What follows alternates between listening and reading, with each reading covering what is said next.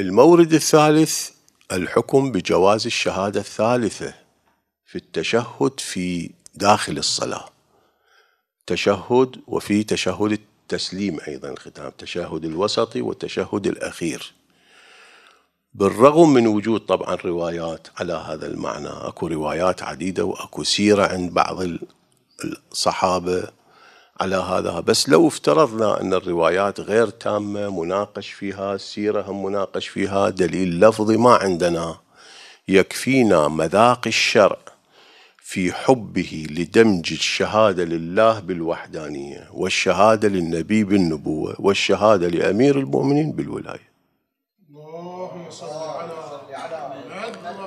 هذا في كل الأدلة اللي نراجعها، ما يتعلق بالدنيا، ما يتعلق بالقبر، ما يتعلق بالآخرة، ما يتعلق بالجنة، في كل الموارد النصوص أكدت على ضرورة الجمع بين هذه الشهادات الثلاث.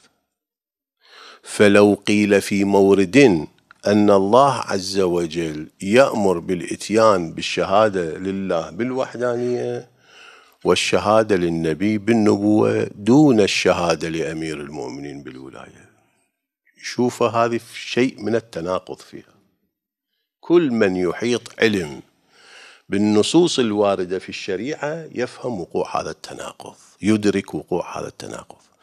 مذاق الشرع قائم على أنه يحب ذكر الشهادة الثالثة مع الشهادة الأولى والثانية، فما يحتاج بعد ذلك إلى دليل نصي يقول بجواز الإتيان بالشهادة الثالثة في أثناء الصلاة.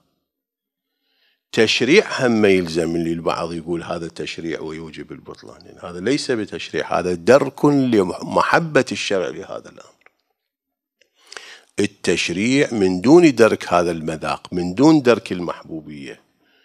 أما مع ملاحظة كل هذه النصوص اللي واردة ومع ذلك يقال تشريع، فهذا أمر يبدو أنه غير دقيق.